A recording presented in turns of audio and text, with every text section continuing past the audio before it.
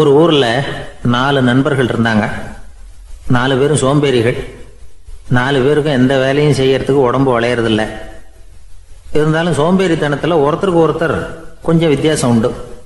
அதுக்கு தகுந்த மாதிரி அவங்களுக்கு பேர் அமைஞ்சு போச்சு. ஒருத்தன் கால் சோம்பேறி, இன்னொருத்தன் அரை சோம்பேறி, அடுத்தவன் முக்கால் சோம்பேறி, கடைசி ஆளு முழு சோம்பேறி. இவங்க 4 பேரும் நண்பர்கள். அப்புறம் எப்படி காரியம் நடக்கும்? 4 பேரும் ஒரு வீதியில் அப்படியே நடந்து போய்கிட்டு இருக்கிறாங்க. நல்ல பசி. எங்கேயாவது சோறு போடுவாங்களா அப்படின்னு பார்த்துக்கிட்டே வந்தாங்க. அவங்க வந்த வழியில் ஒரு ரூபா காசு கிடந்தது தரையில். அவங்க கண்ணில் அது பட்டுது. ஆனாலும் அதை குனிஞ்சு எடுக்கணுமே, அதுக்கு சோம்பேறித்தனம். முழு சோம்பேறி பார்த்தான். பக்கத்தில் வந்துக்கிட்டு இருந்த முக்கால் சோம்பேறிக்கிட்ட சொன்னானா, டேய் அதை கொஞ்சம் குனிஞ்சு எடுறா அப்படின்னானா. அவன் என்ன பண்ணான் தெரியுமா? அதுக்கு அடுத்தபடியாக வந்த அரை சோம்பேறிகிட்ட சொன்னானா, டேய் நீ அதை கொஞ்சம் குனிஞ்சு எடுறா அப்படின்னானா. அவன் இவனை விட மோசம். அடுத்தவங்ககிட்ட சொல்லியிருக்கிறான். அவனும் குனியறதுக்கு தயாராக இல்லை. ஆக கூடி கடைசியில் யாருமே காசை எடுக்கலை. என்னத்துக்கு அனாவசியமாக உடம்ப வளைச்சிக்கணும் அப்படின்னு எல்லாரும் பேசாமல் வந்துட்டாங்க. அவங்க பாட்டுக்கு நடந்து வந்துக்கிட்டே இருக்கிறாங்க. எதிரில் ஒருத்தன் வாழைப்பழத்தை வண்டியில் வச்சு தள்ளிக்கிட்டே வந்தான். ரூபாய்க்கு 4 பழம்னு கூவி விற்றுக்கிட்டே வர்றான். இப்போ அந்த முழு சோம்பேறி சொன்னானா, டேய் வழியில் கிடந்ததை 1 ரூபா, அதையாவது எடுத்துக்கிட்டு வந்திருந்தா இப்போ இந்த பழத்தை வாங்கி ஆளுக்கு ஒன்று சாப்பிடலாமே அப்படின்னானா. ஆமாம் சாப்பிட்ருக்கலாமே அப்படின்னாங்களாம் மற்றவங்களும். ஆனாலும் திரும்பி போய் அதை எடுக்கணும்னு யாருக்கும் தோணலை. பேசாமல் சோர்ந்து போய் நடந்து வந்தாங்களாம். இருட்டி போச்சு. வழியில் ஒரு கோவில். சரி இங்கேயே படுத்து தூங்குவோம் அப்படின்னா ஒருத்தன். அதுதான் சரின்னாங்க மற்றவங்களும். அப்படியே மண்டபத்தில் படுத்துட்டாங்க. கோவில் அர்ச்சகர் வேலையெல்லாம் முடிச்சு விட்டு வெளியில் வந்திருக்காரு. இவங்கள பார்த்தாராம்.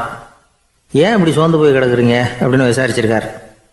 2 நாளாச்சுங்க நாங்கள் சாப்பிட்டு அப்படின்னாங்களாம். அவர் உடனே ஐயோ பாவம் அப்படின்னு சொல்லி பானை, விறகு, அரிசி, தண்ணி எல்லாம் கொடுத்து நீங்களே சமையல் பண்ணி சாப்பிட்டுக்குங்க அப்படின்னு சொல்லிவிட்டு போயிட்டார். இந்த 4 பேருக்கும் சமையல் பண்ணி சாப்பிட்ணும்னு ஆசையாக தான் இருந்தது. ஆனால் அடுப்பு பற்ற வைக்கணுமே, அதுக்கு தீப்பெட்டி வேணுமே. தீப்பெட்டி இல்லை. இப்போ முழு சோம்பேறி ஆரம்பித்தான். அடுத்தவனை பார்த்து, டேய் கடைக்கு போய் ஒரு தீப்பெட்டி வாங்கிட்டு வாயேன் அப்படின்னு நானா. அவன் வழக்கம் போல் அடுத்தவங்ககிட்ட சொல்லியிருக்கான். அவன் அதுக்கு அடுத்தவங்ககிட்ட சொல்லியிருக்கிறான். கடைசியாக கால் சோம்பேறிக்கிட்ட வந்து சேர்ந்தது. அவனும் அது நம்மால் முடியாது அப்படின்னு பேசாமல் இருந்துட்டான். இப்போ தீப்பெட்டி வேணுமே, அதுக்கு என்ன பண்ணுறது? அவங்களுக்குள்ளே பேசி ஒரு முடிவுக்கு வந்தாங்களாம்.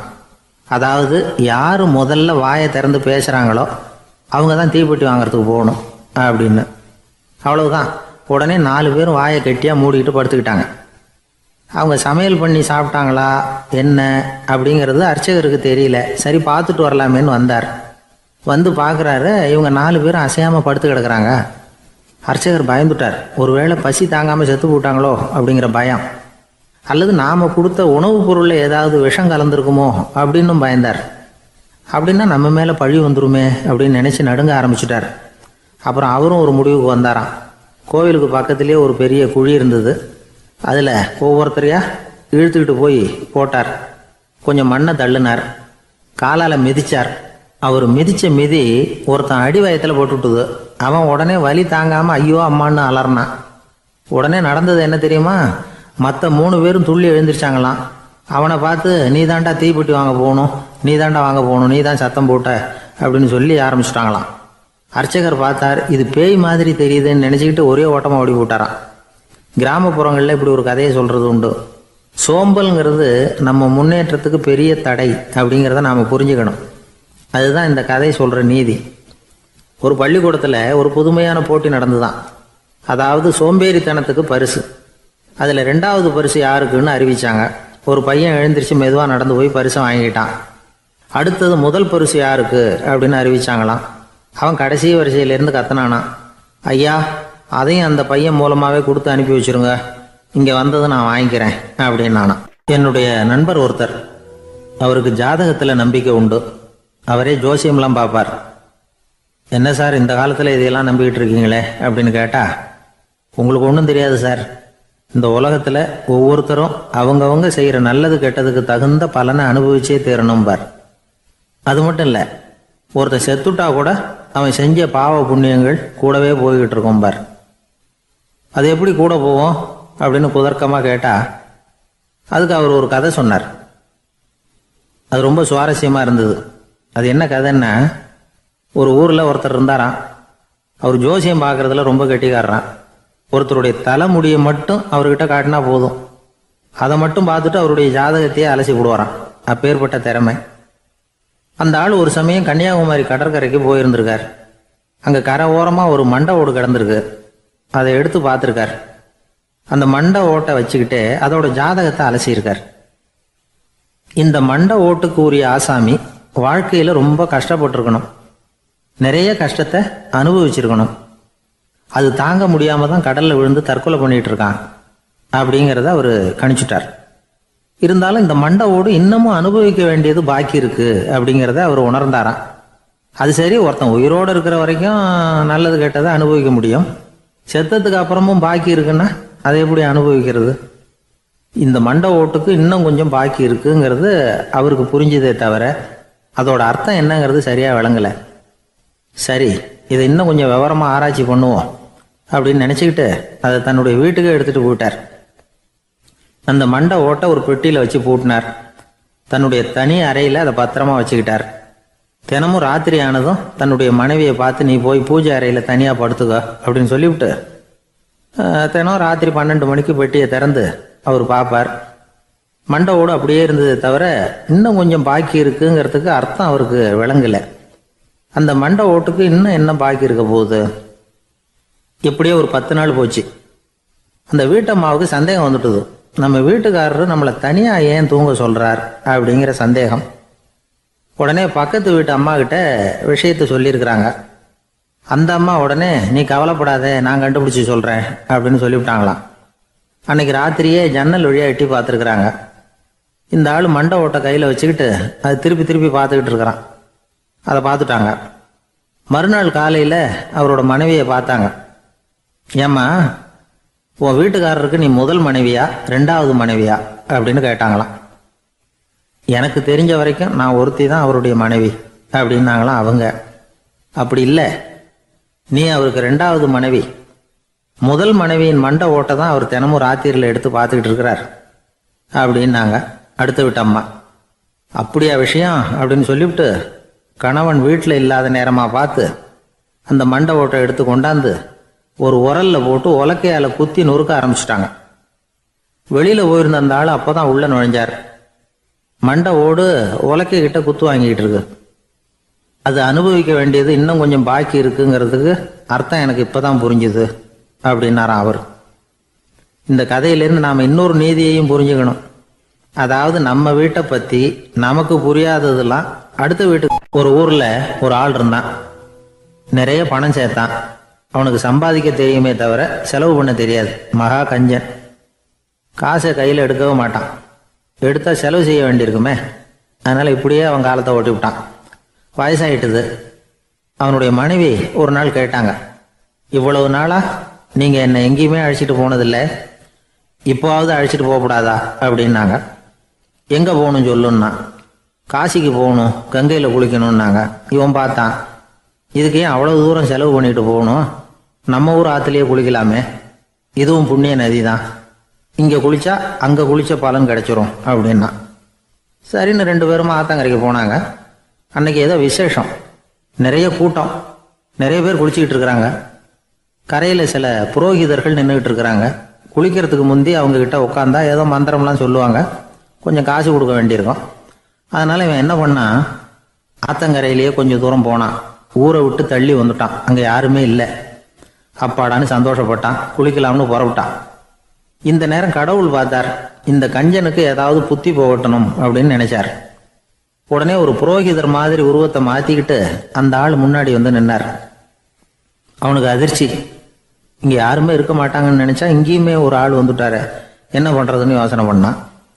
புரோகிதர் உருவத்தில் இருந்த கடவுள் சொன்னார், இதை பாருங்க, இன்னைக்கு விசேஷ நாள், நீராடுறதுக்கு முன்னாடி சுயகல்பம் பண்ணிக்கிறது ரொம்ப நல்லது அப்படின்னார்.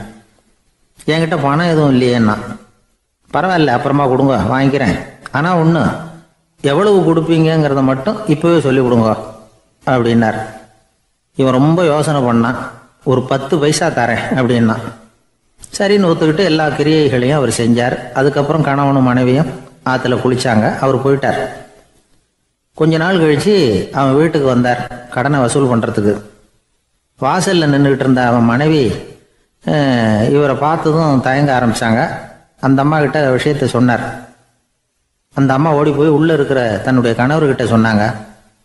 அவன் யோசனை பண்ணான், இப்போ வெளியில் போனால் அவனுக்கு 10 காசு கொடுக்க வேண்டியிருக்கும், அதனால் எனக்கு காய்ச்சல்னு அந்த ஆளுகிட்ட சொல்லிவிடு, இன்னொரு சந்தர்ப்பத்தில் என்னை வந்து பார்க்க சொல்லு அப்படின்னா. அந்த அம்மா போய் சொன்னாங்க.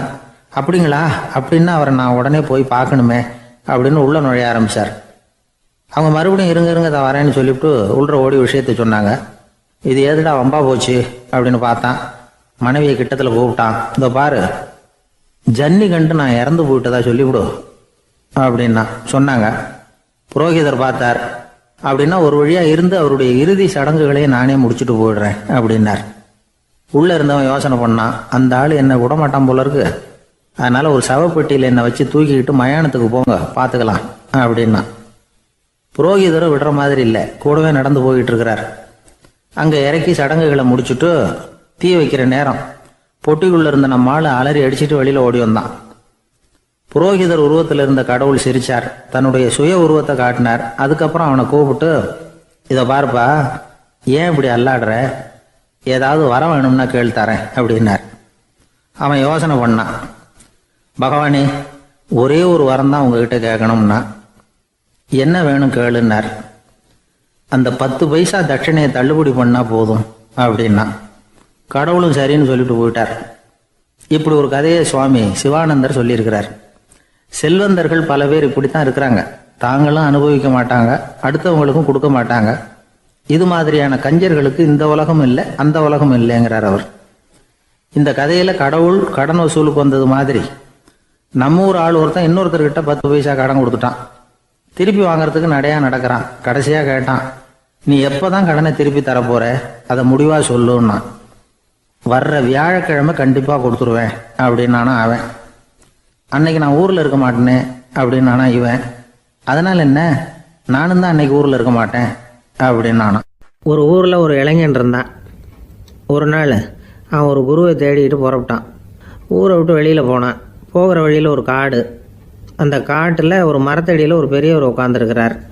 அமைதியாக மௌனமாக அவர் அமர்ந்திருக்கிறார். இந்த பெரியவரை விசாரிக்கலாம், குருவை தேடி கண்டுபிடிக்கிறதுக்கு இவர் ஏதாவது ஒரு வழி சொல்லி கொடுப்பார் அப்படின்னு நினச்சிக்கிட்டு அவரை நெருங்கினான். ஐயா, எனக்கு ஒரு குரு தேவை, எங்கே கிடைப்பார், அவரை எப்படி அடையாளம் கண்டுபிடிக்கிறது, அதை பற்றி ஏதாவது விவரம் சொன்னீங்கன்னா நான் கண்டுபிடிச்சிக்குவேன் அப்படின்ட்டுருக்கான். பெரியவர் நிமிர்ந்து பார்த்தார். தம்பி, அது ரொம்ப சுலபம். அவர் வயசானவராக இருப்பார், என்னை விட சுமார் 30 வயசு அதிகமாக இருக்கும். அவர் ஒரு மரத்தடியில் தான் உட்காந்துருப்பார் அப்படின்ட்டுருக்கான். சரிங்க பெரியவரே, அது என்ன மாதிரியான மரம், எப்படி இருக்கும் அப்படின்னு கேட்டிருக்கான். பெரியவர் அந்த விவரங்களையும் சொல்லியிருக்கிறாரு. அது மட்டும் இல்லை, சந்திக்கிற நாள், நேரம், வினாடி முதற்கொண்டு எல்லா விவரங்களையும் துல்லியமாக சொன்னாராம். இவ்வளவு விவரங்களை இவரால் எப்படி சொல்ல முடியுது அப்படின்னு இவனுக்கு ஆச்சரியம். இருந்தாலும் அந்த பெரியவர் கடைசியாக ஒரு விவரம் சொன்னார். அது என்ன தெரியுமா, எப்படியும் நீ அவரை சந்திக்கிறதுக்கு ஒரு 30 வருஷம் ஆகும் அப்படின்னு சொல்லிவிட்டாராம். ரொம்ப நன்றிங்க பெரியவரே அப்படின்னு சொல்லிவிட்டு அந்த இளைஞன் புறப்பட்டுருக்கான். இப்போ அவனுக்கு குரு பற்றின விவரம் எல்லாம் கிடைச்சிட்டுது, சந்திக்கிற நேரமும் தெரிஞ்சுட்டுது. ஆனால் 30 வருஷம் அவரை தேடி அலைய வேண்டியிருக்குமே.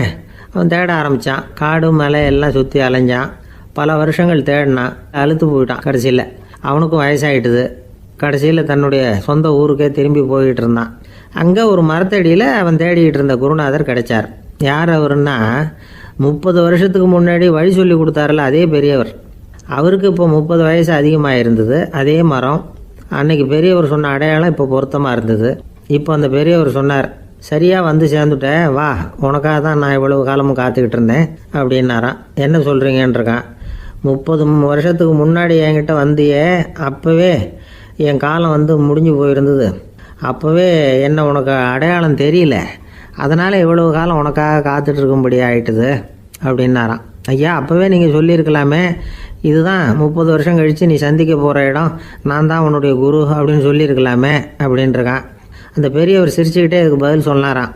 நான் எவ்வளவோ விவரமாக தான் சொன்னேன், நீ சரியாக புரிஞ்சிக்கல. காரணம், அப்போ நீ போதுமான அளவுக்கு பக்குவம் பெற்றிருக்கவில்லை, அதனால் புரியும் சக்தி இல்லாமல் போயிட்டுதப்போ 30 ஆண்டு காலம் நீ அலைஞ்சி தெரிஞ்சிருக்கிற. அது காரணமாக இப்போ உனக்கு அந்த பக்குவம் வந்துட்டுது. அதனால தான் அடையாளம் காண முடிஞ்சது, நானே உன்னுடைய குரு அப்படின்னாராம். இதுலேருந்து என்ன தெரியுதுன்னா, ஆன்மீகத்தில் மாணவனாக சேர்றதுக்கு கூட ஒரு பக்குவத்தன்மை தேவைப்படுது. ஒரு பெரிய ஞானி, அவர்கிட்ட சீடனாக இருக்க ஒருத்தன் வந்தான், எதிரில் நின்னா. ஞானி அவனை வெகு நேரம் உற்று பார்த்தார். அப்புறம் சொன்னார், சீடனாக இருக்கிறது ரொம்ப சிரமம்னார். நான் தயாராக இருக்கிறேன்னா. அது இன்னமும் சிரமமாச்சே, இங்கே குருவாக இருக்கிறது மட்டுமே சுலபம் அப்படின்னாராம். அப்படின்னா நான் குருவாகவே ஆயிடுறேன் அப்படின்னானா. இது போலவே இந்த காலத்தில் கதை ஒன்று உண்டு. ஒரு பள்ளிக்கூடத்தில் வகுப்பு ஆசிரியர் மாணவனை திட்டிக்கிட்டு இருந்தார். டேய், நீ 100க்கு 10 மார்க்கு தான் வாங்கிக்கிட்டு இருக்க.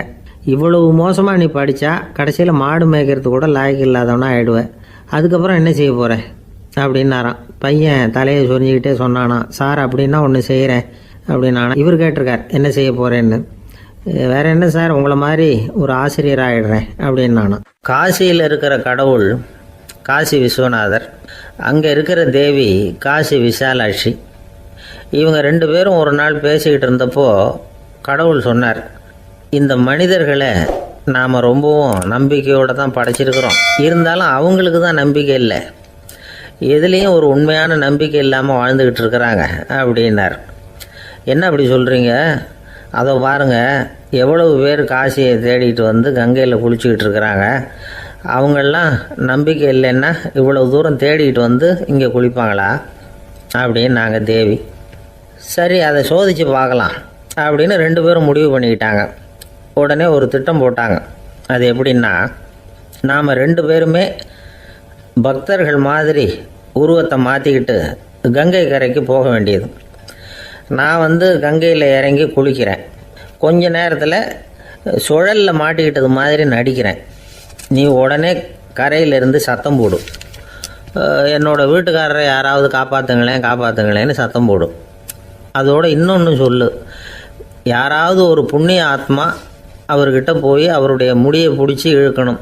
அப்படி ஒரு சாபம் இருக்குது எங்களுக்கு. புண்ணிய ஆத்மா, அதாவது எந்த பாவமும் செய்யாத இல்லாத ஒருத்தர் தான் அவரை காப்பாற்ற முடியும். அப்படிப்பட்டவங்க யாராவது வெள்ளத்தில் குதிச்சு என்னுடைய கணவரை காப்பாற்றுங்கோ அப்படின்னு நீ சத்தம் போடு, கூச்சல் போடு, என்ன நடக்குதுன்னு பார்க்கலாம் அப்படின்னார் கடவுள். சரின்னு சொல்லி 2 பேருமா சாதாரண பக்தர்கள் மாதிரி கங்கை கரைக்கு சேர்ந்தாங்க. அவர் இறங்கி குளித்தார். திட்டம் போட்டது மாதிரியே சுழலில் மாட்டிக்கிட்டது மாதிரி கத்துனார்.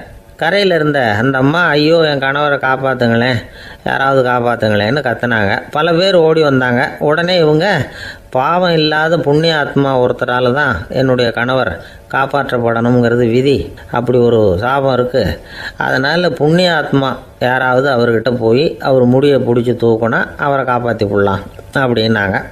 இவங்க இப்படி சொன்னதும் எல்லாரும் திகைச்சு போய் நின்றுட்டாங்க. ஒவ்வொருத்தருக்கும் அவங்க செஞ்ச பாவம்லாம் ஒவ்வொன்றா ஞாபகத்துக்கு வர ஆரம்பிச்சுட்டுது. சரி, இதுக்கு நாம் லாயக்கு இல்லை அப்படின்னு சொல்லி ஒதுங்கி போக ஆரம்பிச்சிட்டாங்க எல்லாம். இந்த சமயத்தில் யாரோ ஒருத்தர் வேகமாக ஓடி வந்தார். ஆற்றுல குதித்தார். அவர்கிட்ட போனார், முடியை பிடிச்சார், தூக்குனார், அவரை காப்பாற்றி கரைக்கு கொண்டுட்டு வந்துட்டார். அப்படி காப்பாற்றின அந்த ஆளை இவங்க 2 பேரும் தனியாக கூப்பிட்டுக்கிட்டு ஒரு மண்டபத்துக்கு வந்துட்டாங்க. விசாரிக்கிறாங்க. நீ யாரப்பா அப்படின்னு கேட்குறாங்க. ஏதும் தெரியாத மாதிரி. நான் இந்த ஊர் அன்ன சத்திரத்தில் வேலை செய்கிற ஒரு சமையல்காரன் அப்படிங்கிறார். நீ கங்கையில் குளிக்கிறது உண்டான்னு கேட்டிருக்காங்க. நான் இந்த ஊர்லேயே தான் இருக்கிறேன், இருந்தாலும் தினமும் கங்கையில் குளிக்கிறதில்ல, எப்பாவது ஒரு நாள் அங்கே குளிப்பேன் அப்படின்னார். கங்கையில் மூழ்கி எழுந்திரிச்சா பாவம்லாம் தொலையும்னு சொல்கிறாங்க. அப்படி இருக்கிறப்போ அங்கே இன்றைக்கி கங்கையில் குளிச்சுக்கிட்டு இருக்கிறவங்கெல்லாம் தங்களை புண்ணிய ஆத்மாவா நினைக்கல. கங்கையில் குளிக்காத நீ உன்னை புண்ணிய ஆத்மாவா நினச்சி என்னை காப்பாற்ற வந்திருக்கிற, அது எப்படி அப்படின்னு கேட்டார். அதுக்கு அந்த ஆள் சொல்கிறான், கங்கையில் குதித்ததுக்கு அப்புறம் தானே உங்களை காப்பாற்ற போகிறோம். அப்படி குதிக்கும் பொழுது என்னுடைய பாவம்லாம் போயிருக்கும்ல, நான் புண்ணிய ஆத்மாவாக ஆயிருப்பேனே, அதனால தான் துணிஞ்சு உங்களை காப்பாற்றினேன் அப்படின்னா. கடவுளும் தேவியும் அவனுக்கு காட்சி கொடுத்தாங்களாம். இப்படி ஒரு கதை உண்டு. அதாவது கங்கையில் குளிச்சுக்கிட்டு இருக்கிறவங்களுக்கே தங்களுடைய பாவம் போகுங்கிற நம்பிக்கை பரிபூர்ணமாக இல்லை. குளிக்காத ஒருத்தனுக்கு அந்த நம்பிக்கை இருந்தது. அதனால் அவனால் கடவுளை பார்க்க முடிஞ்சது. கடவுளை நாமளும் பார்க்க முடியுமா முடியாதா அப்படிங்கிற குழப்பம்லாம் நமக்கு வேண்டியதில்லை. நம்பிக்கையோடு வாழணுங்கிற உண்மையை மட்டும் இந்த கதையிலேருந்து புரிஞ்சுக்கிட்டா போதும். ஏன்னா இந்த கதையை கேட்டுட்டு ஒரு நண்பன் குதர்க்கமாக ஒரு கேள்வி கேட்டான். ஏன் சார், கங்கையில் குளித்தா பாவம் போயிடும்னு சொல்கிறீங்களே, நான் எனக்கு வேண்டாத ஒருத்தனை அழைச்சிட்டு போய் கங்கையிலேயே தள்ளி விட்டுட்டு அதுக்கப்புறம் அங்கேயே முழுக்க போட்டுட்டு நான் செஞ்ச பாவத்தை வந்து அதுலேயே கழுவி விட்டுட்டு மறுபடியும் உங்ககிட்ட வந்துடுறேன்னு வச்சுக்கோங்க, நீங்கள் என்னை புண்ணிய ஆத்மான்னு ஏற்றுக்குவீங்களா அப்படிங்கிறான். ஆள் கொஞ்சம் அசந்தான் நம்மளே அங்கே அழைச்சிட்டு போனாலும் போயிடுவான். ஜவஹர்லால் நேரு பிரதமராக இருந்த சமயம் அவர் ஒரு தடவை சென்னைக்கு வந்திருக்கிறார். இங்கே சில முக்கிய நிகழ்ச்சிகளில் கலந்துக்கிறதுக்காக வந்திருந்தார். ஆளுநர் மாளிகையில் ஒரு நாள் ராத்திரி தங்கி மறுநாள் புதுடெல்லி புறப்படுறதாக ஏற்பாடு. நிகழ்ச்சியிலெல்லாம் முடிச்சுக்கிட்டு ஆளுநர் மாளிகையில் தங்கியிருக்கிறார். அன்றைக்கு இரவு படிக்கிறதுக்கு ஒரு முக்கியமான புத்தகம் அவருக்கு தேவைப்பட்டது. அந்த சமயத்தில் உலக அளவில் ஒரு முக்கியமான பொருளாதாரம் சம்பந்தமான ஒரு புத்தகம் வெளியாகி இருக்கிற விஷயம் அவருக்கு தெரியும். அந்த புத்தகம் மெட்ராஸுக்கு வந்திருக்குமா, அது இங்கே கிடைக்குமா அப்படின்னு விசாரிச்சிருக்கிறார் நேருஜி. அவர் இப்படி கேட்ட உடனே அங்கே இருந்தவங்கெல்லாம் ரொம்ப பரபரப்பாக செயல்பட ஆரம்பிச்சுட்டாங்க. முக்கியமான இடங்கள்ல எல்லாம் விசாரிச்சிருக்கிறாங்க அந்த புத்தகம் உங்ககிட்ட இருக்கான்னு. சென்னையில் உள்ள கன்னிமாரா நூல் நிலையத்துக்கு எப்படியும் அந்த புத்தகம் வந்திருக்கணும் அப்படின்னு ஒரு நம்பிக்கை. அங்கே விசாரித்தாங்க. அந்த புத்தகம் 2 நாளைக்கு முன்னாடி தான் அங்கே வந்திருக்குது அப்படிங்கிற விஷயம் தெரிஞ்சுது. உடனே எல்லோரும் அங்கே ஓடினாங்க. அவங்களுக்கு இன்னொரு சந்தேகம், புத்தகம் வந்திருக்கு சரி, அது இந்த சமயத்தில் வேறு யாரும் படிக்கிறதுக்கு எடுத்துகிட்டு போயிருக்கக்கூடாதே அப்படிங்கிற சந்தேகம் இருந்தாலும் மனசுக்குள்ளே ஒரு தைரியம். இப்படி ஒரு புத்தகம் வெளிவந்திருக்கிற விஷயமே நேருஜி சொல்லி தான் நமக்கே தெரியும். அதுவும் இல்லாமல் உலக பொருளாதாரம் சம்பந்தமான ஏதோ ஒரு புத்தகம் அது. அதை போய் இந்த நேரத்தில் அவ்வளவு ஆர்வமாக யார் எடுத்துகிட்டு போயிட போகிறாங்க அப்படிங்கிற தைரியம். இந்த தைரியத்தோடு அந்த நூல் நிலையத்துக்கு ஓடினாங்க.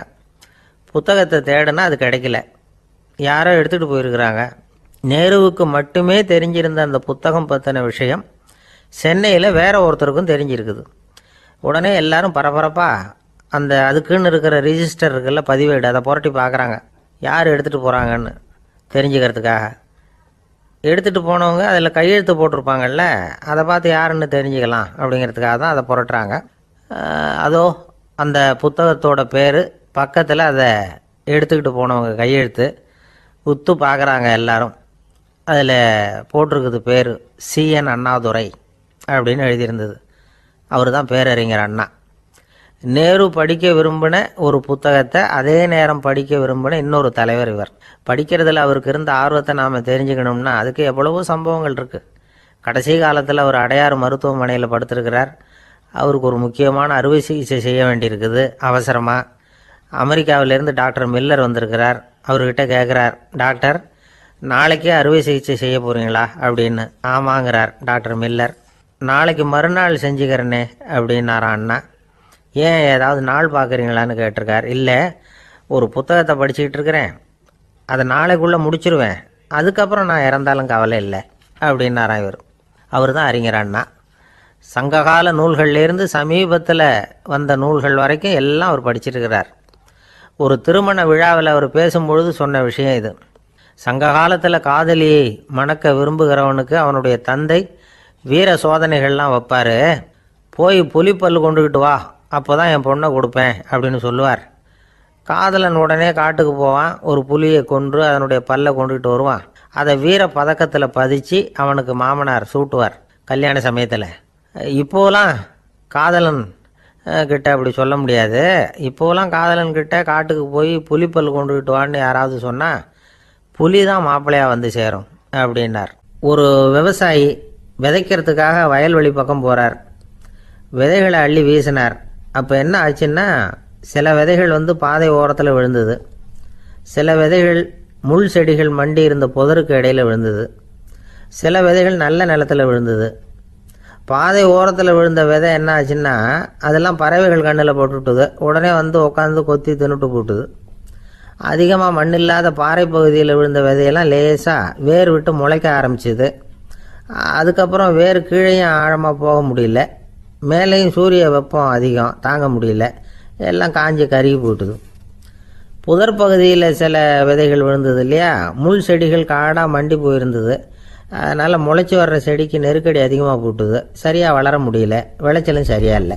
நல்ல நிலத்தில் விழுந்த விதைகள் மட்டும் நல்லா முளைச்சிது, நல்லா வளர்ந்தது, விளைச்சலும் பிரமாதமாக இருந்தது.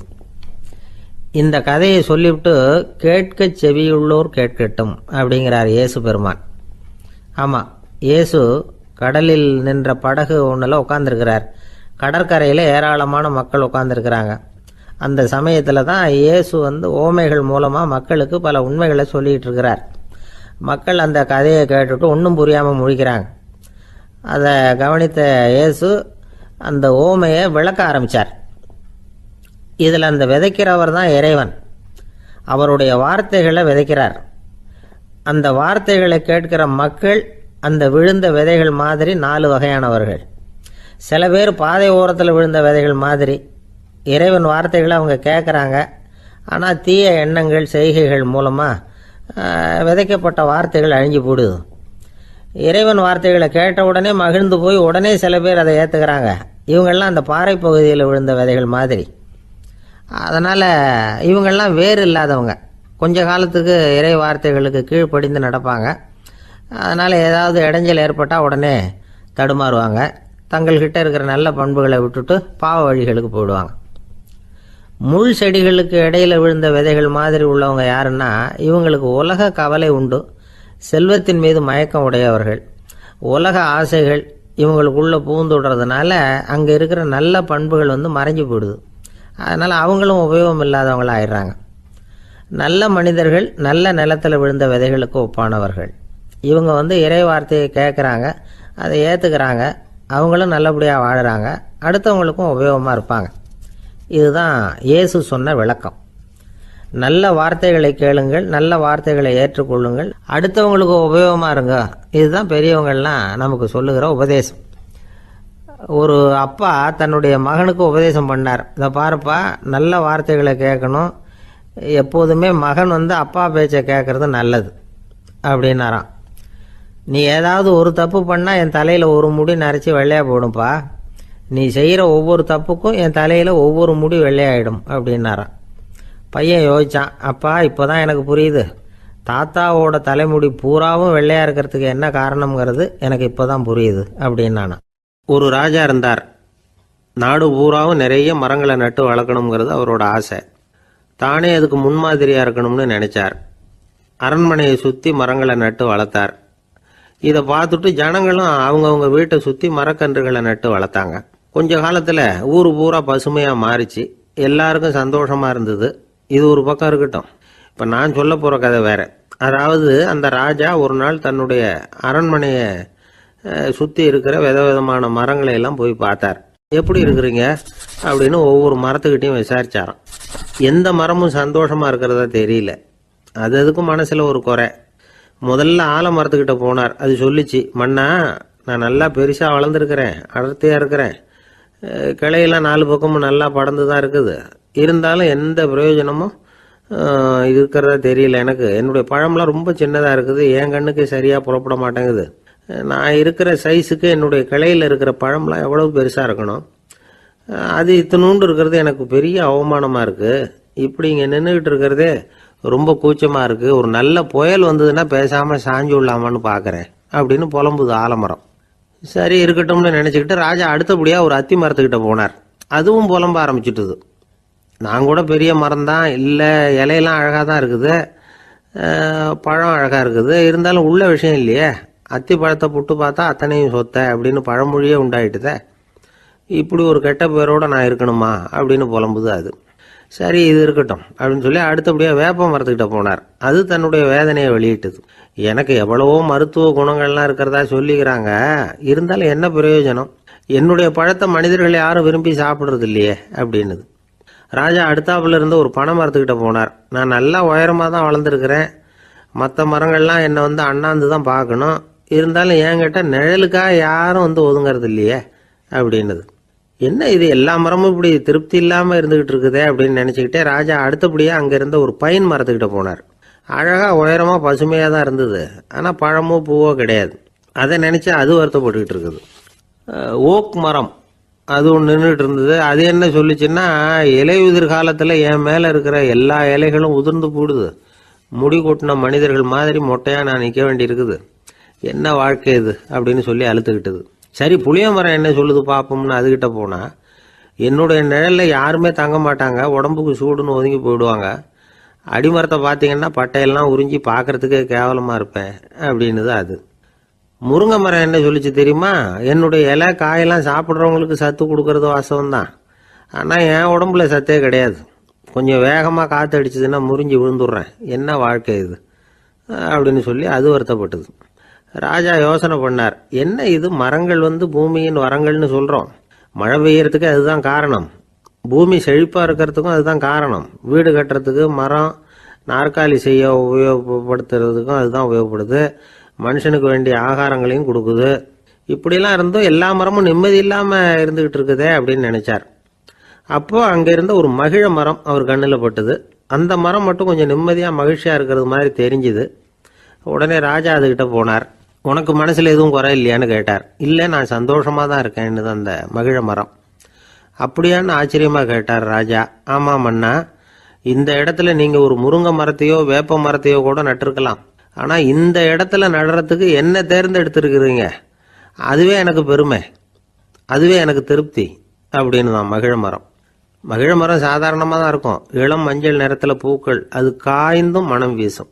மகிழ மரம் மாதிரி மன திருப்தியோடு வாழறதுக்கு நாம் கற்றுக்கணுமா.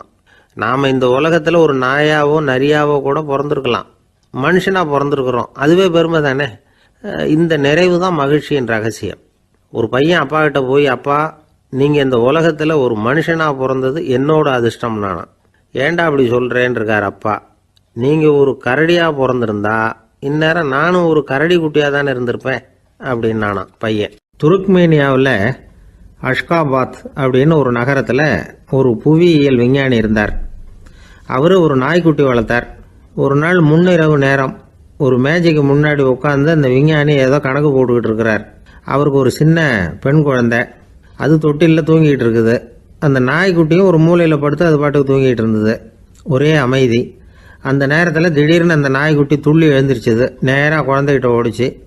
அந்த குழந்தைய அது போட்டிருந்த ட்ரெஸ்ஸோடு சேர்த்து கவ்வி தூக்குச்சு. தூக்கிக்கிட்டு வாசல் பக்கம் ஓடிச்சு. நாய்க்குட்டி குழந்தைய கவ்வி தூக்க முடியுமாங்கிற சந்தேகம் உங்களுக்கு இல்லையா?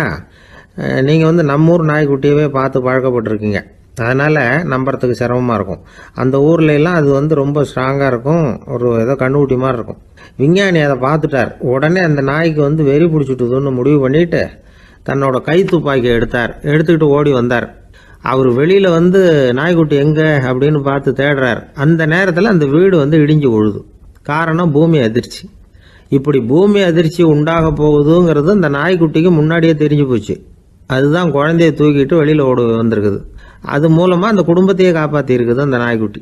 இந்த சம்பவம் நடக்கிறதுக்கு 3 நாளைக்கு முன்னாடியே சில பிராணிகளுக்கு இப்படி நடக்க போகுதுங்கிறது தெரிஞ்சிருக்குதான்.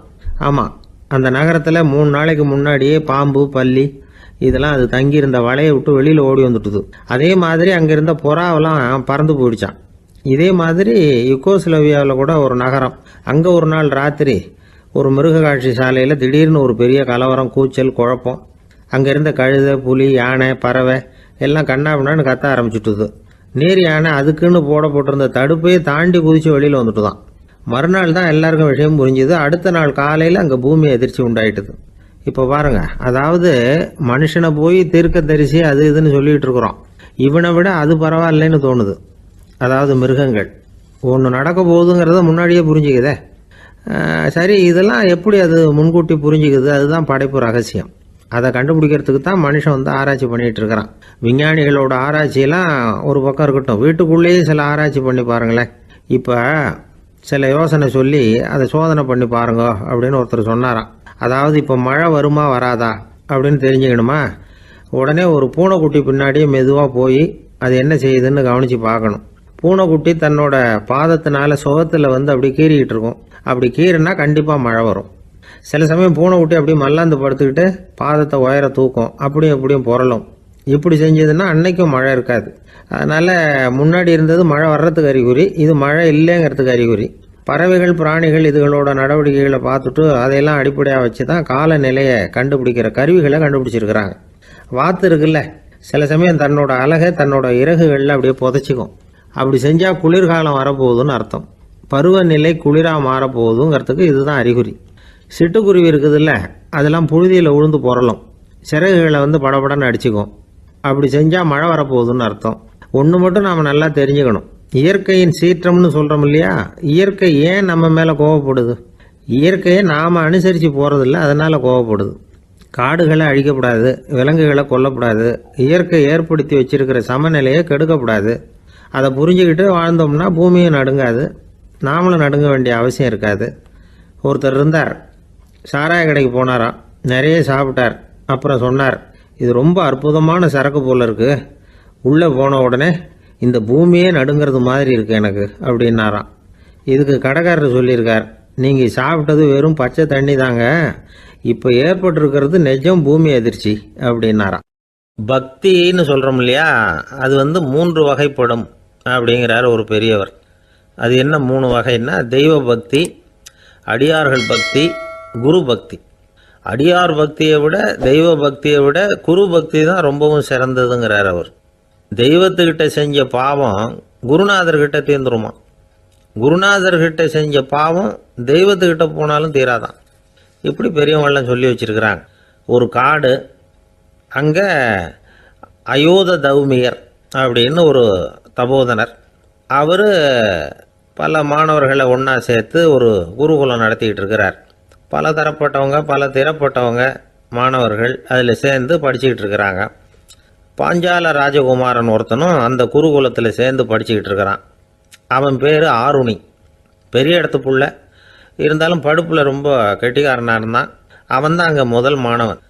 ஒரு நாள் குருநாதர் அந்த அரசகுமாரனை கூப்பிட்டார். நம்ம குருகுலத்துக்கு சொந்தமான வயலில் தண்ணீர் பெருகி வெள்ளம் பயிரை அழிக்குதான், அதனால் நீ போய் மடையை அடைச்சிட்டு வந்துரு அப்படின்னார். அந்த அரசகுமாரன் உடனே புறப்பட்டான். குருநாதர் சொல்லிட்டார்ல, உடனே புறப்பட்டான். நான் பெரிய இடத்து பிள்ளையாச்சே, ராஜகுமாரனாச்சே, ரொம்ப செல்வாக்கூட வளர்ந்தவனாச்சே, நான் போய் வயலில் இறங்கி வேலை செய்கிறதா அப்படின்னுலாம் அவன் நினைக்கல. குருநாதர் கட்டளையை நிறைவேற்ற வேண்டியது நம்ம கடமை அப்படின்னு நினச்சான்.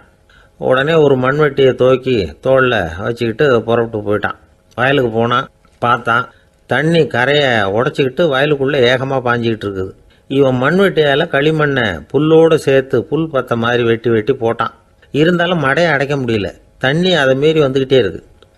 தண்ணி வேகமாக வயலுக்குள்ளே போய்கிட்டே இருக்குது. போடுற பத்தையெல்லாம் கரைஞ்சி கரைஞ்சி போயிட்டுருக்கு. இருந்தாலும் இவன் தன்னுடைய முயற்சியை கைவிடலை, வெட்டி வெட்டி போட்டுக்கிட்டே இருக்கிறான். காலையில் அங்கே போனவன் சாயந்தரம் வரைக்கும் இப்படி செஞ்சுக்கிட்டு இருக்கிறான். உடம்பும் மனசும் ரொம்பவும் சோர்ந்து போச்சு. இருந்தாலும் குருநாதர் இட்ட கட்டளையை நிறைவேற்றாமல் இருக்கிறோமேங்கிற ஒரு குறை அவனுக்கு இருக்குது. குரு கட்டளையை நிறைவேற்றாத நான் இன்னமும் இருக்கணுமா அப்படின்னு யோசனை பண்ண ஆரம்பிச்சிட்டான். என்ன செய்யலாம்னு பார்த்தான். நம்ம குருநாதர் இட்ட பணிக்காக இந்த உடம்பையே தியாகம் பண்ணலாம் அப்படின்னு முடிவு பண்ணான். தண்ணி பாயுதில்ல, அதுக்கு குறுக்க விழுந்து அப்படியே மடையை அடைச்சிக்கிட்டு அப்படியே படுத்துட்டான். இது மற்றவங்களுக்கு தெரியாது. அன்னைக்கு ராத்திரி ஒரு விளக்கு முன்னாடி உட்காந்து குருநாதர் பிள்ளைங்களுக்கு பாடம் சொல்லி கொடுத்துக்கிட்டு இருக்கிறார். வரிசையில் இருக்கக்கூடிய ராஜகுமாரனை காணலை. நம்ம ஆருணி எங்கே போனா அப்படின்னு சொல்லி மற்ற மாணவர்களை விசாரித்தார். இப்போ அவங்க சொன்னாங்க, சுவாமி, அவன் காலையில் வயலுக்கு மடையை அடைக்கிறதுக்காக போனான், நீங்கள் தான் போக சொன்னீங்க, இன்னும் திரும்பி வரல அப்படின்னு அவர் பையன். குருநாதர் உடனே ஒரு தீவெட்டி எடுத்துக்கிட்டு மாணவர்களை அழைச்சிக்கிட்டு வயலுக்கு போனார். அங்கே போய் பார்த்தா ஆளை காணும். ஆருணி ஆருணின்னு சொல்லி சத்தம் போட்டு கூப்பிட்டு பார்க்குறார். நான் இங்கே இருக்கேன் குருநாதா அப்படின்னு காலுக்கு அடியிலேருந்து ஒரு சத்தம் வருது. குனிஞ்சு பார்த்தா அவன் மடையில் படுத்துருக்கிறான். என்னப்பா இதுன்னார். காலையிலேருந்து இந்த மடையை அடைச்சி பார்த்தேன் சுவாமி, முடியல, அதனால் இப்படி குறுக்க படுத்துட்டேன். என்னை தாண்டறதுக்கு பயந்து போய் தண்ணியை தேங்கி நின்றுட்டுது அப்படின்னா. அவனுடைய குரு பக்தியையும் அவனை தாண்டறதுக்கு அஞ்சு நிற்கிற தண்ணி தேக்கத்தையும் பார்த்துட்டு எல்லாரும் ரொம்ப ஆச்சரியப்பட்டு போயிட்டாங்களாம். ஆருணி எழுந்திரிச்சு வா அப்படின்னு கூப்பிட்டாரான் குருநாதர். அவன் தண்ணீரை பொழந்துக்கிட்டு எழுந்திரிச்சு வந்தானான். அதனால் அவனுக்கு உத்தாலகன் அப்படின்னு ஒரு பேர். உத்தாலகன்னா தண்ணீரை பிளந்தவன் அர்த்தம். அந்த உத்தாலகன் மாதிரி இந்த காலத்து மாணவர்களுக்கும் குரு பக்தி வேணும் அப்படின்னு சொன்னோம் ஒரு பள்ளிக்கூடத்தில். உடனே நிறைய மாணவர்கள் எழுந்திரிச்சு நின்னாங்க. சார், நீங்கள் எங்களை இன்னமும் சரியாக புரிஞ்சுக்கலன்னு நினைக்கிறோம். அன்னைக்காவது ஒருத்தன் அப்படி இருந்தான், இன்னைக்கு ஏகப்பட்ட உத்தாலகர்கள் இருக்கிறோம். எங்கள் வாத்தியார் கட்டளை இட்டா இப்போவே அது மாதிரி வயலுக்கு போய் மடையில் குறுக்கப்படுத்துக்கிறதுக்கு இந்த வகுப்பில் உள்ள அத்தனை பேரும் தயாராக இருக்கிறோம் அப்படின்னாங்க. அப்படியா அப்படின்னு சொல்லி கேட்டோம் ரொம்ப சந்தோஷமாக. ஒருத்தன் ரொம்ப அடக்கமாக எழுந்திரிச்சான். அப்புறம் சொன்னான், ஆமாம் சார், வகுப்பில் இவர் நடத்துகிற பாடத்தை கேட்டுக்கிட்டு இருக்கிறத விட பேசாமல் போய் மடையில் படுத்துடுறது ஒன்றும் கஷ்டமான காரியமாக இருக்காது. அதனால தான் எல்லாரும் அங்கே போகிறேன்னு சொல்கிறோம் அப்படிங்கிறான். ஐயா, உங்கள் பேரை தொடர்ந்து தினம் கேட்டுக்கிட்டு இருக்கிறேன் அப்படின்னார் ஒருத்தர். தொடர்ந்து கேட்குறீங்களே, உங்களுக்கு காது வலிக்கலையா அப்படின்னு கேட்டோம். பேசுகிற உங்களுக்கே வாய் வலிக்கலை அப்படிங்கிறப்போ கேட்குற எங்களுக்கு எப்படி காது வலிக்கும் அப்படின்னார். நம்ம உடம்புல ஒரு அதிசயம் என்ன தெரியுமா? ரொம்ப நேரம் நாம் நடக்கிறோம்னு வச்சுக்கோங்க, கால் வலிக்கும். ரொம்ப நேரம் வேலை செஞ்சால் கை வலிக்கும், உடம்பு வலிக்கும். ரொம்ப நேரம் பார்த்துக்கிட்டே இருந்தால் கண்ணு வலிக்கும். ரொம்ப நேரம் பேசிக்கிட்டே இருந்தால் வாய் கூட வலிக்கும். ஆனால் ரொம்ப நேரம் கேட்டுக்கிட்டே இருக்கிறதுனால காது வலிக்கிறது இல்லை. அதனால் கேட்கறதுக்கு முக்கியத்துவம் கொடுத்தாங்க நம்ம பெரியவங்க. திருவள்ளுவர் தேவையில்லாமல் வார்த்தைகளை உபயோகப்படுத்த மாட்டார். ஒரு திருக்குறள்னு எடுத்துக்கிட்டாவே அதில் மொத்தம் 7 வார்த்தைகள், அவ்வளவுதான். அப்படி 7 வார்த்தைகள் மட்டுமே உள்ள ஒரு திருக்குறளில் வள்ளுவர் ஒரே வார்த்தையை 5 தடவை உபயோகப்படுத்தியிருக்கிறார், திரும்ப திரும்ப பயன்படுத்தியிருக்கிறார். அப்படின்னா அதை எந்த அளவுக்கு வலியுறுத்தி சொல்கிறார் அப்படிங்கிறத நாம் புரிஞ்சுக்கணும். அது என்ன குறள்? செல்வத்துள் செல்வம் செவிச்செல்வம், அச்செல்வம் செல்வத்துள் எல்லாம் தலை. செவிச்செல்வம்ங்கிறது அவ்வளவு முக்கியமானது. கற்றலின் கேட்டல் நன்று. அதிகம் கேட்கணுங்கிறதுக்காகத்தான் எவ்வளவு கேட்டாலும் காது வலிக்கிறதில்ல. குறைச்சலாக பேசணும், அதிகமாக கேட்கணும். இன்னொரு விஷயம் கவனிங்க, நம்ம உடம்புல கண்ணுக்கு மூடி இருக்குது, எதையாவது நாம் பார்க்க விரும்பலைன்னா உடனே கண்ணை மூடிக்கலாம். நம்ம வாய்க்கு மூடி இருக்குது, பேச விருப்பம் இல்லையா, வாயை மூடிக்கலாம். மூக்குக்கு கூட மூடிக்கிற வசதி இருக்குது, எதையாவது முகர விருப்பம் இல்லையா, மூச்சை அடக்கிக்கலாம். ஆனால் பாருங்கள், காதுக்கு மூடி கிடையாது, அதை கையால் தான் மூட முடியும். யார் என்ன சொன்னாலும் அது நல்லதோ கெட்டதோ காதில் விழுந்துக்கிட்டு தான் இருக்கும். அறிவு தான் நல்ல விஷயங்களை எடுத்துக்கிட்டு கெட்ட விஷயங்களை விட்டுடணும். நல்ல கருத்துக்கள் நம்ம காதில் நிறைய விழுந்துக்கிட்டே இருக்கணும். அதை கேட்டு நாம் நல்லபடியாக வாழணுங்கிறது தான் படைப்பின் விருப்பம். ஆன்மீகவாதிகள் கூட ஒன்று சொல்லுவாங்க, அதாவது ஆன்மீக பாதையில் நீங்கள் முன்னேறணும்னா முதல்ல சிரவணம் செய்யணும்பாங்க. அதாவது பெரியவங்க சொல்கிற நல்ல கருத்துக்களை கேட்கணும் அப்படின்னு அதுக்கு அர்த்தம். அதனால் யார் நல்ல கருத்துக்களை சொன்னாலும் அதை காது கொடுத்து கேளுங்க. இவ்வளவு கருத்துக்களையும் நம்ம நேயர் ஒருத்தர்கிட்ட சொல்லிகிட்டு இருந்தோம். அவரும் சரி சரின்னு தலையாடிக்கிட்டே இருந்தார். அப்புறம் சொன்னார், நீங்கள் சொல்கிறது சரிதான் சார், காதுக்கு மூடி இல்லைங்கிறது ரொம்ப சரி.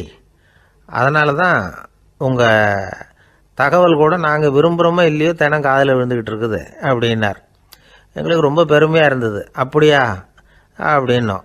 ஆனாலும் என்ன மாதிரி சில பேர் நீங்கள் தகவல் சொல்கிற சமயத்தில் காதில் மூடி இல்லையேன்னு சொல்லி கவலைப்படுறதில்ல சார் அப்படின்னார். ஏன்னு கேட்டோம். காதை மூடுறதுக்கு தானே வசதி இல்லை, ரேடியோவை மூடுறதுக்கு வசதி இருக்குதுல்ல, அதனால் டக்குன்னு அதை மூடி வச்சுருவோம் அப்படின்னார். கங்கை கரை தோட்டம் பக்கத்தில் ஒரு ஆசிரமம், அங்கே ஒரு பெரியவர் தங்கியிருக்கிறார். அவர் தான் ராமகிருஷ்ண பரமஹம்சர். அந்த ஆசிரமம் இருந்த இடம் கரக்பூர். வங்காளத்தில் பொதுவாக எல்லாரும் மீன் சாப்பிட்றது உண்டு. கங்கையில் குளிச்சுட்டு கையில் ஒரு மீனோடு வர்றது வழக்கம். இவர் இருக்கிற இடத்துக்கு கங்கையில் படகு வழியாக வரணும். அப்படி தான் எல்லோரும் வருவாங்க. வர்றவங்கள ஒன்று கூட்டி ஆன்மீக விஷயங்களை பற்றி பேசிக்கிட்டு இருப்பார். ஒவ்வொரு நாள் ஒவ்வொருத்தர் நகரத்துக்கு போகணும், வரும்பொழுது மீன் கொண்டுக்கிட்டு வரணும். அதுக்கு ஒரு அட்டவணையே உண்டு ஆசிரமத்தில். அது பிரகாரம் ஒரு நாள் சுவாமி யோகானந்தர் படகில் போனார். படகை செலுத்தினவங்க ராமகிருஷ்ணரையும் சுவாமி யோகானந்தரையும் மற்றவங்களையும் பித்தர்கள் அப்படின்னு சொல்லி ஏளனமாக பேசினாங்க. அவங்க என்ன பைத்தியம் பிடிச்சவங்க அப்படிங்கிறது மாதிரி. சுவாமி யோகானந்தருக்கு ரொம்ப மென்மையான இதயம். இவங்க இப்படி கண்ணாபின்னான்னு பேசுகிறத பார்த்தா மீனை வாங்கிட்டு திரும்புகிறப்போ என்ன நடக்குமோ அப்படிங்கிற பயம் வேறு வந்துட்டுது அவருக்கு. அவ்வளவு மென்மையானவர். இதை தெரிஞ்சுக்கிட்ட ராமகிருஷ்ணர், யோகானந்தா இங்கே வா அப்படின்னு கூப்பிட்டார். இவர் கண்ணீரை தொடச்சிக்கிட்டே கிட்ட போனார். சொன்னார், ஐயா, படகு ஓட்டுறவங்க உங்களை பற்றி மோசமாக பேசுகிறாங்க. என்ன திட்டினா பரவாயில்ல, ஆனால் உங்களை அவங்க திட்டுறாங்க, அதை என்னால் தாங்கிக்க முடியல அப்படின்னார். இதை கேட்டதும் ராமகிருஷ்ணருக்கு கோபம் வந்துட்டு தான். என்னது, உன்னுடைய குருவை பற்றி அவங்க மோசமாக பேசும்பொழுது நீ சும்மா இருந்தியா, வெளியில் போ அப்படின்னு விட்டார். குரு நிந்தனை செய்கிறப்போ அதை கேட்டுக்கிட்டு சும்மா இருக்கலாமா? குரு நிந்தனையை கேட்டால் பாவம் இல்லையா? என்னை தூற்றும் போது அவங்க வந்து பாவம் செய்கிறாங்க, அதை கேட்டுக்கிட்டு நீ சும்மா இருந்தால் நீயும் பாவம் செய்கிற அப்படின்னாராம். அடுத்த நாள் சுவாமி நிரஞ்சனானந்தர் போக வேண்டிய நாள். இவர் படகுல போகும்பொழுதும் அதே மாதிரி நடந்துதான். அவங்க மோசமாக பேச ஆரம்பித்தாங்க, திட்ட ஆரம்பித்தாங்க. அப்படி கேலி பண்ண ஒருத்தனை இவர் என்ன பண்ணார், பலார்னு கன்னத்தில் அரைஞ்சிட்டார். இன்னொருத்தனை கங்கையில் தூக்கி எறியறதுக்கும் தயாராகிட்டார். அதுக்கப்புறம் அவங்க யாரும் வாயை திறக்கலை. மீன் வாங்கிட்டு வர்றப்பவும் படகுல ஒரே அமைதி, அவ்வளவு பயம் அவங்களுக்கு. ராமகிருஷ்ணர் கூப்பிட்டு விசாரித்தார் என்ன நடந்ததுன்னு. இவர் சொன்னார், அவர் யோகானந்தா போகும்பொழுது என்ன நடந்ததோ அப்படியே தான் இப்பவும் நடந்தது. குரு நிந்தனை செய்கிறத கேட்டுக்கிட்டு நான் சும்மா இருப்பேனா, ஒருத்தனை அப்படியே அரைஞ்சுட்டேன், இன்னொருத்தனை ஆற்றுல தூக்கி போட்டுருவேன்னு பயமுறுத்தினேன், அவ்வளவுதான் அப்படின்னாராம். இப்போவும் ராமகிருஷ்ணருக்கு கோபம் வந்துட்டு தான். என்ன இது, அணியறது காஷாயம், இருக்கிறது ஆசிரமம், உனக்கு இவ்வளவு கோபம் வந்ததுன்னா அப்புறம் என்னத்துக்கு ஆசிரமத்தில் இருக்கணும், பிரம்மச்சாரி எப்பவும் அமைதியாக இருக்கணும் அப்படின்னு அறிவுரை சொன்னாராம் ராமகிருஷ்ணர். அப்போ இவர் கேட்டாராம், ஏங்க அவருக்கு ஒரு விதமான அறிவுரை சொன்னீங்க, எனக்கு வேற விதமாக அறிவுரை சொல்கிறீங்க, இதில் எது உண்மை அப்படின்னு கேட்டிருக்கார். இதுக்கு ராமகிருஷ்ணர் சொன்ன பதில் என்னென்னா, அட அசடே, சக்கரத்தில் காற்று அதிகமாக இருந்தால் குறைக்கணும், குறைச்சலாக இருந்தால் கூட்டணும். அவன் சாது, அவனுக்கு அதிக உணர்ச்சி தேவை, உனக்கு படபடப்பு அதிகம், உனக்கு பொறுமை தேவை அப்படின்னாராம். இதில் உள்ள கருத்து என்னென்னா, கல்விங்கிறது எப்படின்னா அதை சூழ்நிலைக்கு தகுந்த மாதிரி கற்பிக்கணும். எல்லாருக்கும் ஒரே மாதிரி கற்பிக்கக்கூடாது. கேட்குறவர் தகுதி, புரிஞ்சுக்கிற திறமை, இதை பொறுத்து கல்வி அமையணும். ஆரம்ப காலத்தில் ஒரு குரு, அப்போ ஒரு சீடன் இருந்தான். அது வேடிக்கையான குரு, வேடிக்கையான சீடன். ஒரு ஆசிரமம். ஒரு நாள் ஒருத்தன் அவசரமாக அந்த குருவை தேடி வந்திருக்கிறான். என்ன விஷயம்னு விசாரித்தார் குரு. உங்கள் சீடர் என்னை வந்து அடிச்சுட்டார் அப்படின்னு புகார் பண்ணானா அந்த ஆள். குரு சீடனை கூப்பிட்டார். அடிச்சியா இந்த ஆளை அப்படின்னு கேட்டாராம். ஆமான் இருக்கான் சீடன். ஏன் அடிச்சே அப்படின்னு கேட்டாராம். இந்த ஆள் உங்களை பற்றி மட்டமாக பேசிவிட்டான், என்னால் அதை தாங்கிக்க முடியல, அதனால தான் அடிச்சுட்டேன்ருக்கான். அப்படி என்ன பேசினா அப்படின்னு கேட்டாராம். உன்னுடைய குருநாதர் இப்போல்லாம் அர்த்தமில்லாமல் பேச ஆரம்பிச்சுட்டார் அப்படின்னு சொல்லிவிட்டான், அதனால தான் அடிச்சுட்டேன் அப்படின்னு நானாம். அதுக்காக அடித்தே அப்படின்னாராம். நான் அதுக்காக அடிக்கலை குருவே, இப்பெல்லாம் நீங்கள் அர்த்தம் இல்லாமல் பேசுகிறதாக அவன் சொல்கிறான், அப்படின்னா இதுவரைக்கும் நீங்கள் அர்த்தத்தோடு பேசினதாகத்தானே அர்த்தம், அது தப்பு தானே, அதனால தான் அடித்தேன் அப்படின்னு நானாம். தேசத்து மேலேயும் தாய்மொழி பேர்லையும் செலுத்துற அன்புக்கு அபிமானம்னு பேர். தேசாபிமானம்னு சொல்றமே இதுதான். ஒரு கணவன் மனைவி பேர்ல காட்டுற அன்புக்கு காதல்னு பேரு, கடவுள் பேர்ல செலுத்துற அன்புக்கு பக்தின்னு பேரு. இப்படி அன்புல பல ரகம் இருக்கிறப்போ அதுல உள்ள வித்தியாசம் தெரியாம இடம் மாத்தி அன்பு காட்டினா இடைஞ்சல் தான். சரி, இந்த அன்பை பத்தி விஞ்ஞானம் என்ன சொல்லுது தெரியுமா? இதயத்தை பாதுகாக்கிறதுக்கு முக்கியமா தேவைப்படுற ஒண்ணு இந்த அன்புதான்னு சொல்லுது. நெதர்லாந்து விஞ்ஞானிகள் இதை ஆராய்ச்சி பண்ணியே கண்டுபிடிச்சிருக்கிறாங்க. கொஞ்சம் முயல் குட்டிகளை 2 பிரிவா பிரிச்சாங்க. 2 குரூப்புக்கும் கொழுப்பு அதிகமா உள்ள ஆகாரத்தையே கொடுத்துக்கிட்டு வந்தாங்க. ஆனா ஒரு குரூப்புக்கு வெறுமன ஆகாரத்தை கொடுத்ததோட சரி, இன்னொரு குரூப் முயல்களுக்கு ஆகாரம் கொடுத்ததோட நிறுத்திக்கல. அதுக்கு முன்னாடி கூண்டுகளை திறந்து விட்டு முயல்களை கொஞ்ச நேரம் எடுத்து கொஞ்சி விட்டு அதுக்கப்புறமா ஆகாரம் கொடுத்தாராம் ஆராய்ச்சியாளர். இந்த குரூப்புக்கு இதய பாதிப்பு 60% குறைச்சலா இருந்துதான். சில நோயாளிகளுக்கு ஹார்ட் அட்டாக் வந்தாலும் அதை தாங்கிக்கிட்டு குணமாகிற சக்தி அதிகமா இருக்குது. இது எப்படின்னு ஆராய்ச்சி பண்ணி பார்த்துருக்கிறாங்க. அவங்கெல்லாம் மனைவி தன் பேர்ல ரொம்ப அன்பா இருக்கிறதாக நினைக்கிறவங்களா இருக்கிறாங்களாம். இதய நோயாளிகள் பல பேரை சந்திச்சு இதய நோய் ஏற்பட என்ன காரணம்னு கேட்டிருக்கிறாங்க. அவங்க சொன்ன காரணம்லாம் சாப்பாடு சம்பந்தமா இல்லையா, மனைவி அன்பா இல்ல, இப்படிப்பட்ட காரணத்தை தான் சொல்றாங்களாம். அதனால இதயத்தை பாதுகாக்கணும்னு நினைக்கிறவங்க அடுத்தவங்க அன்பா இருக்கிறது மாதிரி பாத்துக்குங்க, அதுதான் முக்கியம். ஒருத்தர் முகம் பூரா பிளாஸ்டரி போட்டுட்டு வந்தார். ரொம்ப கோபமா, என்னங்க ஆச்சுன்னு விசாரிச்சேன். எல்லாம் உங்களால தான் சார்னார். விவரமா சொல்லுங்களேன். என்ன உங்க தகவலை கேட்டுட்டு ஒரு பூனைக்குட்டியை கையில எடுத்தேன், அன்பா அதை தடவி கொடுக்கறதுக்காக.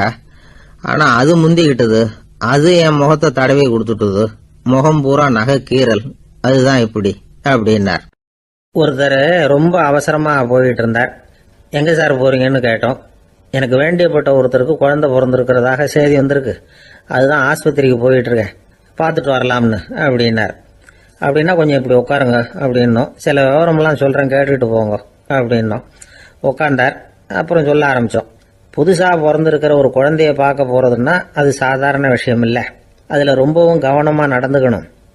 புது குழந்தைக்கு நோய் சுலபமாக தொற்றும். முக்கியமாக காற்று மூலமாக பரவுற நோய்கள் சுலபமாக வந்துடும். அதனால் நமக்கு உடம்பு சரியில்லைன்னா குழந்தைய விட்டு கொஞ்சம் தள்ளியே இருக்கிறது தான் நல்லது. பெரியவங்களை பொறுத்த வரைக்கும் சாதாரணமாக உள்ள ஒரு கிருமி கூட குழந்தைய பொறுத்த வரைக்கும் ரொம்ப மோசமான ஒரு கிருமியாக இருக்கும். சில வெளிநாடுகளில் எப்படி தெரியுமா, பிறந்த குழந்தை தூங்கிக்கிட்டு இருக்கிற ஒரு ரூமுக்கு போகணும்னா போகிறவங்க முகமூடி போட்டுக்கணும், காலணிகளை மாற்றிக்கணும், அவ்வளவு சுத்தமாக உள்ளே போய் பார்த்துட்டு வரணும்.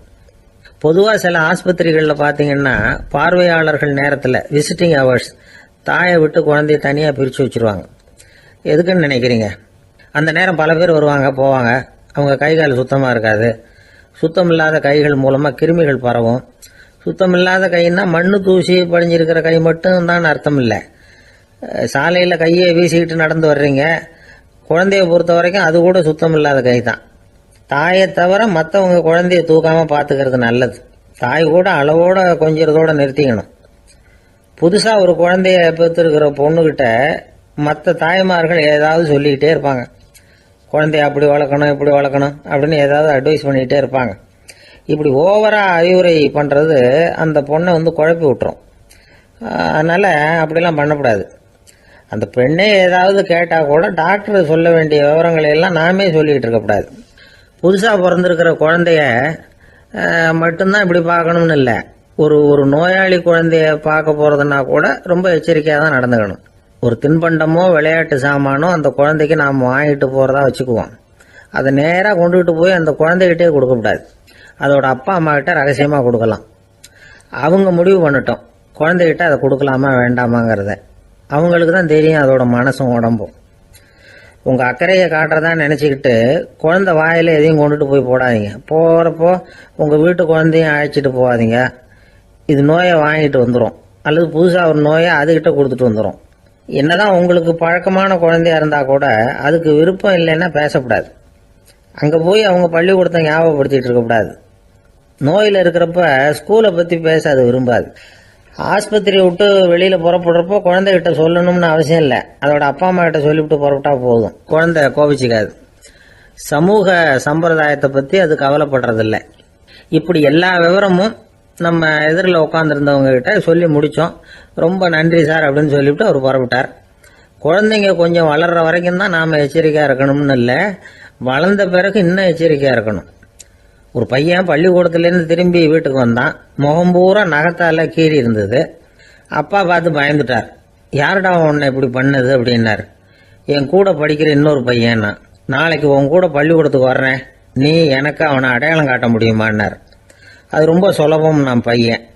எப்படின்னார் அப்பா. அவன் காதில் ஒன்று கையோடு எடுத்துகிட்டு வந்திருக்கிறேன், இதோ என் பையில தான் வச்சுருக்கேன் அப்படிங்கிறான் அந்த பையன்.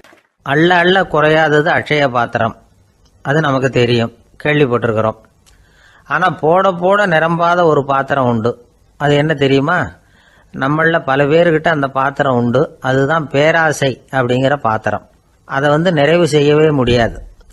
பேராசையை பற்றி சுஃபி இலக்கியத்தில் ஒரு பிரபலமான கதை உண்டாம். அதை ஒரு பெரியவர் எடுத்து சொல்லியிருக்கிறார். ஒரு மன்னர் நகர்வலம் போயிட்டு இருக்கார். ஒரு பிச்சைக்காரன் மன்னர் எதிரில் வரான். பிச்சை போடுங்கிறான். என்னுடைய அமைதியை கெடுக்காதே போங்கிறார் மன்னர். அவன் சிரிக்கிறான். அரசே, உங்களுடைய அமைதி கெடக்கூடிய நிலையில் இருந்தால் அதுக்கு பேர் அமைதியே கிடையாது அப்படின்னு ஆனா. எதிரில் நிற்கிறது வெறும் பிச்சைக்காரன் இல்லை, யோகி அப்படிங்கிறத மன்னர் புரிஞ்சுக்கிட்டார். துறவியே, உங்களுக்கு என்ன வேணும்னாலும் கேளுங்க, கொடுக்குறேன்னாராம். அந்த துறவி மறுபடியும் சிரிக்கிறார். அரசே, உங்களால் முடியாததையெல்லாம் கொடுக்க முடியும்னு சத்தியம் செய்யாதீங்க அப்படின்னார். மன்னருக்கு கோபம் வந்துட்டுது. என்ன இவர் இப்படி சொல்கிறாரே அப்படின்னு நினைச்சார். நகர்வலத்தை பாதியிலேயே நிறுத்தினார். வாங்க அரண்மனைக்குன்னார். துறவியை அழைச்சிக்கிட்டு அரண்மனைக்கு வந்துட்டார். துறவி தன்கிட்ட இருந்த பிச்சை பாத்திரத்தை நீட்டினார். இது நிறைய எனக்கு பொற்காசுகள் வேணும் அப்படின்னாராம். அவ்வளவுதானா, இது ஒரு பெரிய காரியமா அப்படின்னு கையை தட்டினாராம் மன்னர். ஒரு பெரிய தாம்பாளம் நிறைய பொற்காசுகள் சேர்ந்தது. அதை அள்ளி போட்டார். போட போட அந்த பிச்சை பாத்திரம் நிரம்பவே இல்லை. பொற்காசுகள் போட போட அவ்வளவையும் உள்ளே வாங்கிக்கிட்டே இருக்குது. அரசாங்க கஜானாவே காலி ஆயிட்டுது. மூட்டை மூட்டையா பொற்காசுகளை கொட்டி பார்த்துட்டாங்க. அது முழுங்கிக்கிட்டே இருக்குது. கடைசி வரைக்கும் அந்த பிச்சை பாத்திரம் நிரம்பவே இல்லை. அரசர்கிட்ட இருந்த கர்வம் போயிட்டுது. அப்படியே பொத்துன்னு துறவி காலில் விழுந்தார். அப்போ அந்த துறவி சொன்னாராம், மன்னா, இந்த பிச்சை பாத்திரத்தை உங்களால் மட்டும் இல்லை, வேற யாராலையும் நிரப்ப முடியாது. அதுக்கு என்ன காரணம்னா, இது சாதாரண பிச்சை பாத்திரம் இல்லை, பேராசைகளோட வாழ்ந்து செத்து போன ஒரு மனிதனின் மண்டை ஓடுது அப்படின்னாராம். பாருங்க, இதுதான் அந்த சுஃபி இலக்கிய கதை. செத்த பிறகும் நிறைவு இல்லைன்னா அது எப்பேற்பட்ட பேராசையா இருக்கும்னு யோசிச்சு பார்த்துங்க. நம்மளும் ஒருத்தர் கல்யாணம் பண்ணிக்க பொண்ணு பார்த்துக்கிட்டு இருந்தார். அழகு, அறிவு, படிப்பு எதுவும் தேவையில்லை, பணம் மட்டும் இருந்தா போதும் அப்படின்னு பார்க்குறவங்க கிட்ட எல்லாம் சொல்லி வச்சார். ரொம்ப நாளைக்கு அப்புறம் ஒரு பணக்காரர் கிடைச்சார். அவர் சொன்னார், இதை பாருங்க, எனக்கு 20 வயசுல ஒரு மகள், அவளை நீங்க கல்யாணம் பண்ணிக்கிட்டா 2 லட்சம் பணம் கொடுப்பேன். 25 வயசுல ஒரு பொண்ணு, அவளை கல்யாணம் பண்ணிக்கிட்டா 2.5 லட்சம் தருவேன். 30 வயசுல ஒரு பொண்ணு இருக்கா, அவளை கல்யாணம் பண்ணிக்கிட்டா 3 லட்சம் தருவேன். என்ன சொல்ற அப்படின்னாராம். இவன் கொஞ்ச நேரம் யோசிச்சு